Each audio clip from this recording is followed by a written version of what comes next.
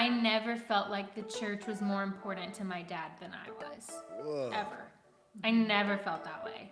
I'm not 100% sure how he did that or why I feel that way. Yeah. But for whatever reason, whatever decisions he made, I knew I was more important than the church. And I really growing up, and still today, I love the church.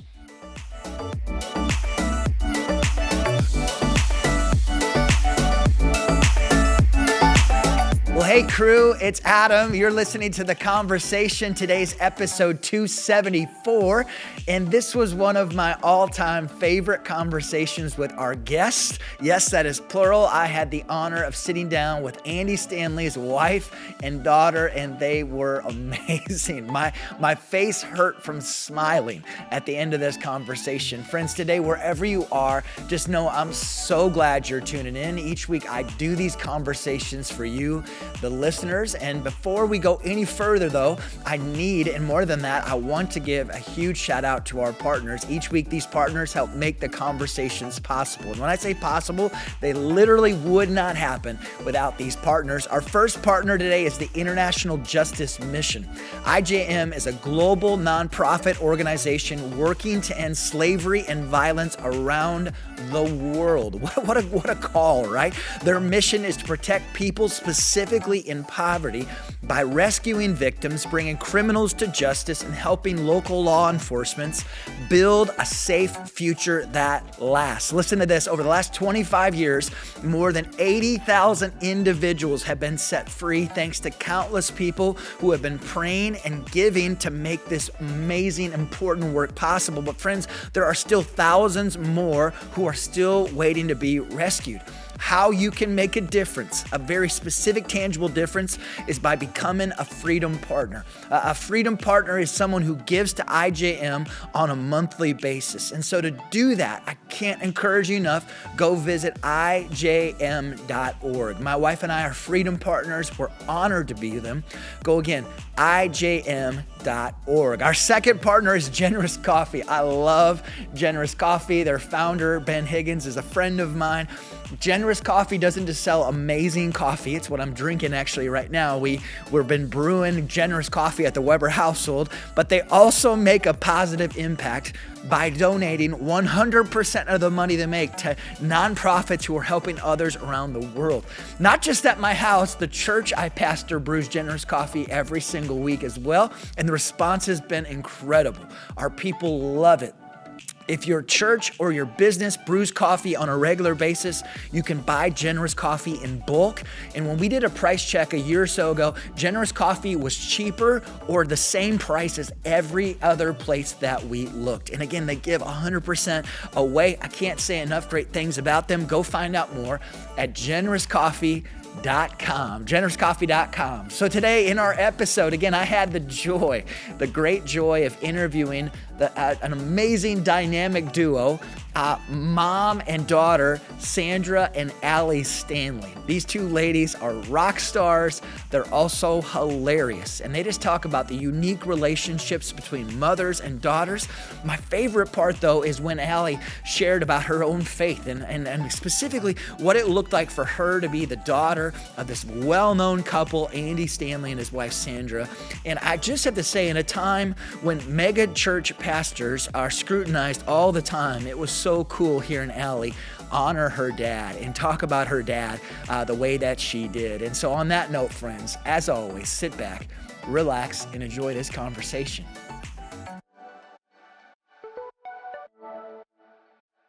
And Sandra, you have 3, and then Allie, I don't know. I have 1.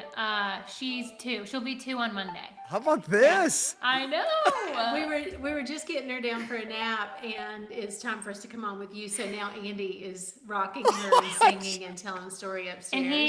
And he walked, you remember babies, they nap. There's a certain energy you bring in to try and get them to go to sleep. Be calm, like a and peaceful. quiet. He walks in and he goes, "What are you doing?" And she just pops up and starts talking. I'm like, she's not gonna go to sleep. You're not doing this That's right. not the right way to put her. Oh, that is. She So is we're not not going to sleep. confident she's really going to get a nap today. That's That's hilarious. The And two. Andy's supposed to be studying. We're like, oh, we're going to need you to do Yeah, you're on Yeah, do Haven duty Well, she's now. supposed to be asleep, but because of him. Yeah, exactly. not It's your only it's your me. fault. She was Yeah. very close to sleeping until you came in. So close. That's too funny. The both of you share about your relationship. We're just gonna jump right in. Yeah, Share about let's go. has it naturally been good, bad, otherwise? Yeah. Allie, are you more like mom? Or are you more like dad? If you just want to kind of go wherever you want to, just to Yeah. start. So Allie's great. my youngest. Yeah. Andrew is 32, Garrett is 30, and Allie's 28. And so, my only girl, she was an easy child to raise and always compliant, always sweet, all of those things in contrast to the older brothers. But the funny thing, Adam, we are wired very differently, the two of us. I am far more analytical, engineer, all the things. She is so much more like Andy, creative. So much more. all of that. So I would say we've had an easy relationship with each other, but we've had to be aware of our differences and leaning in each other's direction through the years. And some years that's been easier than others. Obviously, the ebb and flow. Yeah, yeah. Raising teenagers is always a thing. Yeah. But overall, she was super easy and a very fun now friend to me, which is a heart friend. When do you think you would start using that word? At what point did you start using that word? I'm just curious, even for me, of when it's healthy to even use that word. That's a good That's thing. a good thought. Well, when Andy and I did the parenting book some years ago, when we talked about the stages of parenting, and the friendship years are 18 and beyond, I would also say though that 18 to 22, you're still parenting, you're still coaching them along and all of that. I really think it's once they're kind of on their own and beginning their own family, all of those things, that's when you really, I think, feel the friendship more. Yeah. That's super definitely. cool. I don't know if these are bad questions to ask, so feel free. No. Feel free. No, these are fun. Was there ever a hard point in the both of your relationships? As much as you want to share, why was that, and what helped you navigate that? Well, I would say it's an interesting dynamic because I have two brothers and I'm the only girl. So growing up, me and my mom were the only girls, only women even in the whole house. And so I think that time-wise, that brought us kind of closer. I wasn't sharing girl time with a sister. It was always just me and my mom. And so I think that is really good, but I think it also really highlighted how different we were. And I think there's a natural tendency, I see myself doing this with my daughter too, of being like, yes, I have a little me. Like I have a mini me. And so I think when my mom was like, yes, that was I going have in that direction. a mini me, and all of a sudden my room, you can't even walk in it without stepping on stuff because I'm messy. And I'm like coming up with these crazy like artistic questions and things to do, and my mom's like, And my head is exploding. I thought you were gonna be a mini me, and I'm like, what? I mean, the mini me version is supposed to be organizing everything and categorizing and having a place for everything. And so there was some tension probably. For sure. The most tension we had was probably around tidiness. Yeah. Because, I understand it didn't make the fruit of the spirit list, but it had to have been close. It's not in there. What? It's not. So you are like, actually, I feel like I'm listening to my self-talk right now. I am a neat freak. What does that look like? Like, honestly, that specific situation of what you had to kind of figure out, and even overall, like, was there any shifts inside of you, Sandra, of like, no, I actually need to allow her to be her, and what did that all look like? Yes. Because I think people struggle with like, no, you actually want you to be this, this, and this, and you're not. Right. Yeah. Well, during the heavy part of the struggle, my parenting thing in my head was love the mess maker, love the mess maker, love the mess maker, love the mess maker. What does it look like to love the mess maker? I feel seen and loved right now. And I'm like, what are you even talking about? I am so lovable. What mess? How could you What possibly mess? not love everything This is about not a mess. This the is heart the on process. The floor? Yeah. So, but I think as I began to really understand her and make effort to understand, and it probably coincided a little bit with learning about temperaments and Enneagram and some of the Yeah. other tools that are available now that weren't necessarily available in her early teenage years. Yeah. Some of those tools, in leaning in her direction and trying to understand her better and find ways of communicating and all of that, I began to chill a little bit. But I also felt at the same time, there's still some training here. I mean, it is important to be able to be organized and tidy when and it's part of life. Well, what's so funny is you know how people are like, you're gonna marry someone who's exactly like your dad. I married someone who's exactly like my mom. Oh my gosh. And so when You're welcome. so now I'm like, ugh, loving my husband looks like not having a messy environment. And that is like a full circle moment for me of like, okay, let me clean up, let me organize, let me do the dishes, like whatever. But So to the it's parents good. who are navigating this and it's hard for them, I really, in her adulthood, she has figured out a lot of things. And I think, I think that happens. Maturity comes. She wants to have an organized house. This She is the in- most we've ever she talked about. invite- This it is. specific She invites topic. me in. She I'm invites me in to a help. free therapist, so I'm not charging No, this is anything great. for this. Well, what's so funny, if I want to love my mom, this is what I do. I'm like, I want to love my mom. I'm going to call her and ask her to come to my house and on the way, go to the container store and pick up some containers and then come organize Haven, my daughter's clothes with me. Like, that's her love language. She's like, it's like Christmas. I'll be there in 5 minutes. Like, it's like the best thing I can do for her is ask her to come over and organize something I'm with very me. quick to drop $1 gazillion on organizing supplies. Yeah. Sandra, you're the best. You're my favorite, absolutely by far. Okay, so 8 mother-daughter conversations. Tell us about that. I'm just going to turn you loose. Yeah. Yeah, so we decided that, in light of their parenting book, in light of I've been in student ministry for the past 8, 10, whatever years since I was in student ministry, and have walked with so many girls. And something frustrating that I have found in church world is they come on Sunday, most Sundays, and you work so hard on Sunday to tell them about Jesus, tell them about how they're loved, Yeah. tell them all of these good truths. And it's like, yes, what a great Sunday. And then they leave. And then Monday, Tuesday, Wednesday, Thursday, Friday, Saturday happens. And they come back and it's like we're starting over.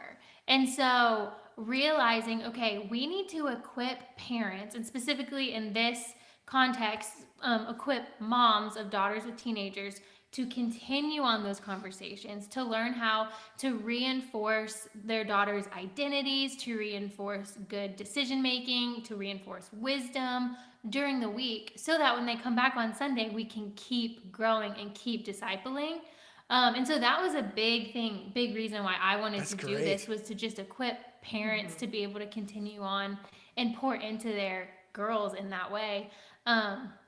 So that was a big thing behind it. Also, another reason, this is kind of sappy, but when I had my daughter, I had her 2 years ago, and I remember holding her and then like looking up at my mom and being like, you love me this much? Like, as much as I love this tiny little baby, you've loved me this much this whole time? That's so embarrassing for me. I had no idea. And so experiencing that, like, oh, I want to get this right. I want her to grow up and love Jesus. I want her to grow up and make wise choices. And I don't know I don't know where to begin. I think all of those things kind of led us to wanting to do these projects and have these conversations. So do you want to tell them what the conversations are? Even with a messy bedroom, I love you this much. Even with a messy bedroom. Hey, it's really clean right now as an almost 30-year-old person. No, Allie, what I was going to ask, and this can be to both you, do you see out of those 8, are there 1 or 2 specifically that you're like, these never get talked about in the church? Like in families who love Jesus, like, why are we not talking about this? Why are moms not talking about this with their daughters? Why are dads not talking about this with their daughters? Yeah, I do think there's one specific one Yeah. that has to be talked about in order for the other ones to make any sense. Whoa. And that's identity. So that's kind of where we start. Our first chapter is kind of the foundations of the gospel and who Jesus is. And then the second one is because of what Jesus did, this is who you are. And so I think a lot of times parents can jump into the conversation of, well, you don't have to be afraid because Jesus is with you, or you don't need to compare yourself to others, or you need to make wise choices. And it's like, well, those conversations actually don't make total sense if they don't first understand who they are and how they were designed and who loves them so much. And so I think starting there, I do think these conversations probably do happen, but I really do believe that the conversation of identity is the foundation of all of these other conversations. What would that even look like? Because I actually think you're spot on. A lot of times it's like, hey, do this or don't do that, but we never actually like. But this is who you are. What does that look like? Like even like practically, if a mom's listening to this, like how do I even engage? Because even just thinking about my 8th grader, that feels incredibly awkward to even like, hey, so you want. It's like, Mom, you're so weird. Why are we talking about this? Why are we talking about Totally. this? Well, and for the sake of the listeners, so the way we set up the book, Adam, is I write 8 chapters to the mom. Allie writes 8 corresponding chapters to the daughter. Love it. And our target daughter age is anywhere from like 5 years old to, 5th grade. Not 5 years old, not 5. No. 5th, 6th grade to, probably 10th, 11th grade. And you could contextualize it beyond that. That's certainly. great. So we picked 8 topics. We just kind of brainstormed, took a Philippians passage, and we picked 8 topics that we felt like were just so important for moms and daughters to discuss. And so we set it up in a way, to your comment about it can be so awkward. We set it up in a way so that the mom reads her chapter, the daughter reads her chapter, and then they come together in a section in the middle of the book that sets them up to have these conversations in a non-awkward way. That's why it's called Meet Me in the Middle. Meet Me in the Middle. That's where the title came from, because we're meeting in the middle of the book. Yeah. And we really do, we worked pretty hard. Allie is so creative, which I just love, and so she was so good at this part of it. But just coming up with some ideas and some ways, some questions, some activities that just set the tone for conversations about these topics. And the identity topic, we just felt like we wanted to have a faith foundation at the beginning of these conversations that sets moms and daughters up to have the conversation about stress, and the conversation about comparison, and the conversation about fears, and the conversation about family relationships, and the conversation about relationships with boys, decision making, and all of the conversations through a faith lens. With scripture that supports that. And we wrote it in a way, I think Allie's chapters are so fun for the girls to read. It's awesome. I hope mine are fun for the moms. I anticipate that moms will also read Allie's, the daughter's chapter, as she's kind of preparing to have these conversations. But anyway, that's the way it's all set up. And identity is so important as it relates to all of the other topics that come after it. That's so cool. And going back to your question, it's another reason why we did this, because it is awkward to be like, hey, do you know you're loved and valuable and important and God made you, right? Like, thanks, okay. But this is actually a resource that we're like, okay, we can be the bad guy. Like, if we're weird or like Allie you don't like Sandra. one question, then like you can laugh at us two who wrote it and you're not laughing at your mom, It's like, we're happy to fall on that sword for you guys so that you can have these conversations, so you can be reminded about the truth of who you are. Moms too. Moms need to be reminded of who they are just as much as their daughters do. So for a practical thing, it's like, well, this is kind of why we did it, so that they can have these conversations. It can be put into practice, and the mom doesn't have to just like kind of come out of nowhere and be weird about it. Yeah, and one of the things that I've discovered in just walking this road with in parenting in general, but specifically with moms of teenage girls, they really want to get this right. Moms so badly Yes. want to come out on the Yes. other side of these teen years with a great relationship with their daughters. And this is just one of those ways to do that. And this is one of the ways for us, even as churches, to partner with parents. That's great. And that's such a big thing for us in church world is, hey, to Allie's point, we have Sunday. And Yeah. we might have another Some hour during the Sundays. week. Right. Yeah. And so partnering with parents is so important, and equipping parents to have faith-based conversations with their kids in a way where they're confident is huge. And so that was one of my heartbeats behind doing this resource for moms. Yeah. That's so cool. Allie, I just think it's so fun anytime just to see like the relationship between the two of you. Is there anything specific that you would say in your mom that has made you the woman that you are? And Sandra, the same for you as with your mother. And I don't know anything about that relationship, Yeah. but same to you. Is there specific things that you're like, this one or two things is really what shaped me into the woman that I am? Well, I would say whether it's fair or not, the characteristics in the way that a child is loved by their parents, mom and dad, reflect how they believe God feels about them, which is a terrifying realization, honestly. But something that I have never struggled with in viewing God, and I give full credit to my parents for that, is feeling like I am important to them. And feeling like, for example, my dad is a pastor and has had a huge platform and a huge church and so much responsibility. And I knew in middle school and in high school and in college and even now today, if I call him, he will stop what he is doing and he will answer the phone. My mom, I call her 16 times a day. Okay, it's honestly annoying at this point. But no matter what, I know she will answer the phone and she will be there, and I'm a priority for her. And so I think that shapes your identity as a kid, realizing I'm a priority. There's nothing more important to my parents apart from their relationship with God and their relationship with each other than me. And so I think that created a stability in me and a confidence in me that ultimately translated to my relationship with my Heavenly Father.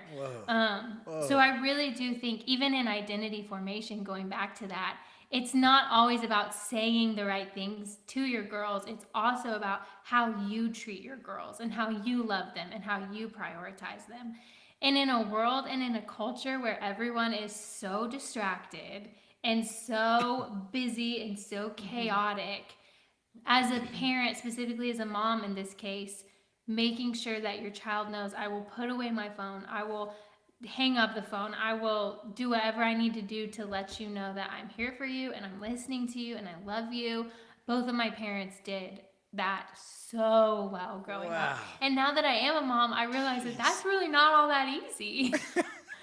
So That's amazing. Thanks for definitely sharing that part of things. Sandra, Yeah. the same question to Yeah. you. Is there specific things that you would Yeah. say in your mother? I'll turn you loose. Yeah, my mom.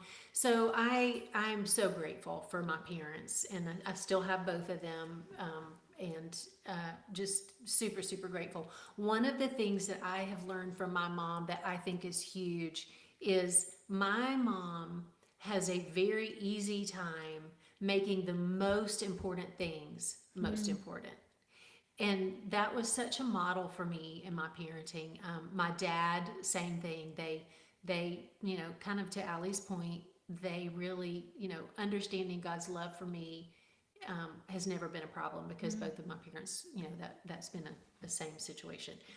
But really, for my mom, watching her major on what's really important and ignore a lot of the things that aren't as important has been hard for me a little bit because, again, my personality, I have a very large tendency to value efficiency, and efficiency isn't relational. And so, but I've been bookended. That's bookended good. by these women, my mom and my daughter, who get it.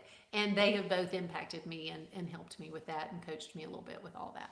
Efficiency might be a fruit of the spirit. Maybe, possibly. It's not on there. It's too good.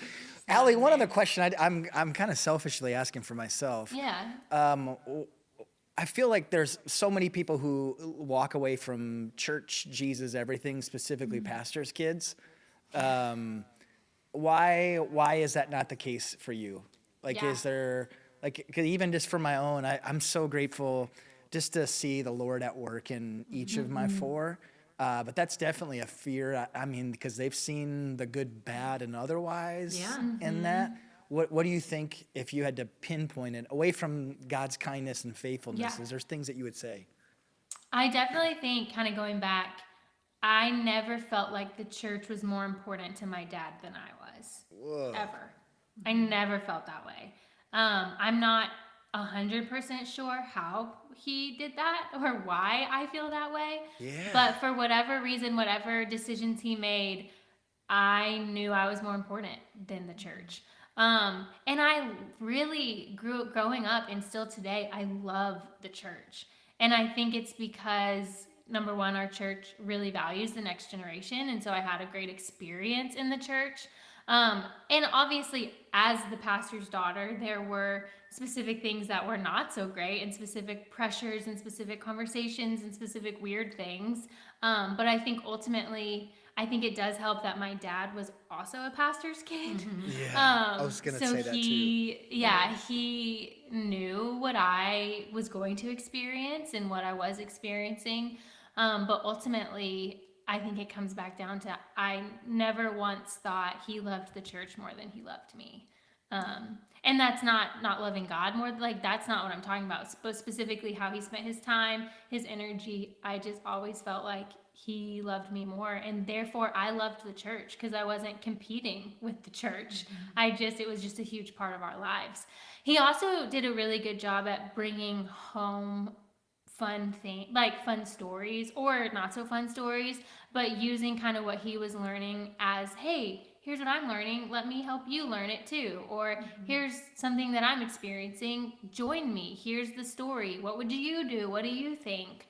And kind of letting us as the kids not partner with him in his job in any way, but feel a part of something bigger. So I think those two things, feeling a part of it and feeling, once again, just like a priority. Yeah, I think so.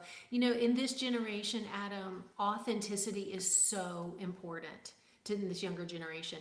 And so I think one of the things that Andy did well in our ministry family is, to Allie's point, bringing home real stories, talking about real things, talking about the real things that people being irritated with us over decisions we've made, or whatever, and just not hiding that part of it from our kids, but being real about it, being authentic about it, and then pointing us all back to Jesus.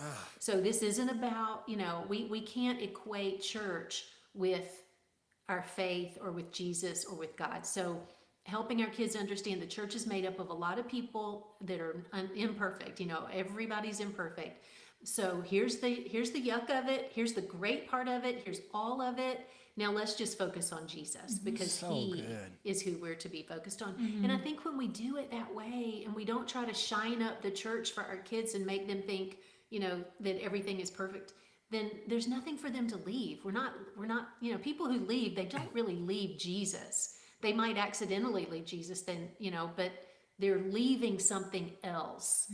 And, they don't have to leave Jesus.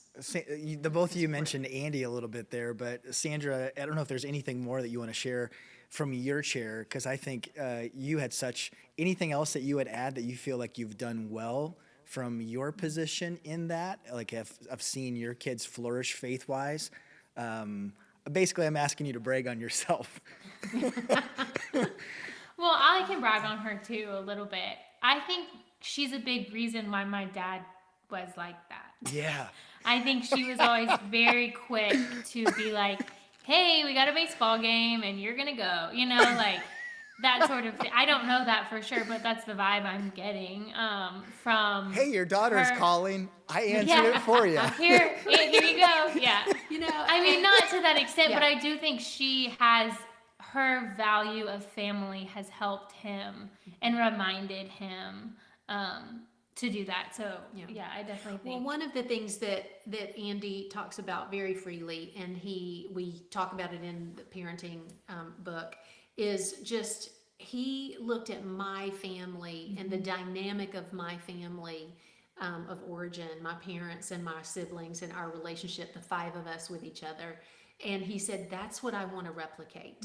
So whatever it takes to get that, that's what we're going to do. A family that wants to be together, even when they don't necessarily have to be together anymore. You know, when the kids are launched, who are drawn back and enjoy each other. That's, you know, we decided that was one of the biggest bullseye on the target for us as parents. And so that was a relational kind of parenting model. Yeah. And so it meant, hey, what does our calendar look like?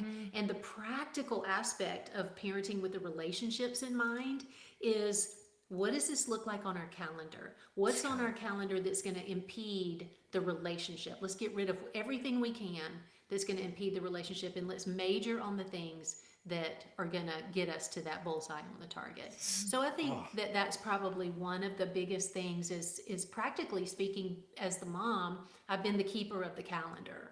And, you know, so I made it easy for Andy to know what's going on and when. And, you know, that set him up to do that. But it was really in his heart and in his, you know, kind of even leadership a little bit, because I just thought that was normal. That was all I knew. I grew up in that kind of family. Yeah. So I assumed it. And he's like, no. This is something we've got to work for and we've got to work toward. And I want us to pause early and ask the questions, how do we work to that? And what gets us there? And so that really was what the whole parenting book was about. That's so good. Okay, so we've been talking mother-daughter. I have an 8th grade daughter. Her name's Grayson. I call her Baby. Any advice for fathers with 8th grade daughters named Baby? That's awesome. Well, I will say my dad is wonderful, but specifically with me, we've had some moments where I'm like, I can't believe you just said that to me. And that's when I'm in the back going, give me 5. So for example, giving him the, I was just gonna joke. Give me 5 examples, and you're like, no. For example, let me just go there. Well, yeah, there's a couple. I'll give you one. I failed my driver's license test when I was 16 for the first my first driver's license test. I failed, and I'm like in tears. I'm so devastated. And Allie never fails anything. I told all my friends I was taking it. Like, this was a really big deal. And my dad, you know, my mom's like, oh, it's going to be okay. And my dad's kind of just standing there, and he goes, you know, I think it's good that you failed something. And I just, like, why? What, out of all the things you could say, that's an inside thought. And I'm giving him the stink eye bigger than you've ever seen. Like, she's already in tears. What are you talking about? He's like, you know, I think probably this was good. I think I'm glad this happened. And I'm like, oh, didn't know you hated me. So to all the dads listening in on the podcast, lean in to your wife and ask for some coaching when it comes to some of the approaches. And in all your thoughts stay in here. Yeah. You can think them. We don't say everything that we think. Yeah. I might have sent a text message to one of my offspring last week, and Beck's like, you know, sending text messages to their phone at 11 o'clock at night when their phone, by the way, is in our bedroom, so it's not even going to get to them. She's like, it's maybe not the wisest thing to do. And I'm like, okay, that's a good. Now that I can't unsend that text message. Thank you. Ladies, thank you both so much for today. This is honestly, the both of you, if nothing else, like just seeing the 2 of yours relationship is just an absolute gift and honor. Well, thank you, Adam. Thank you so much.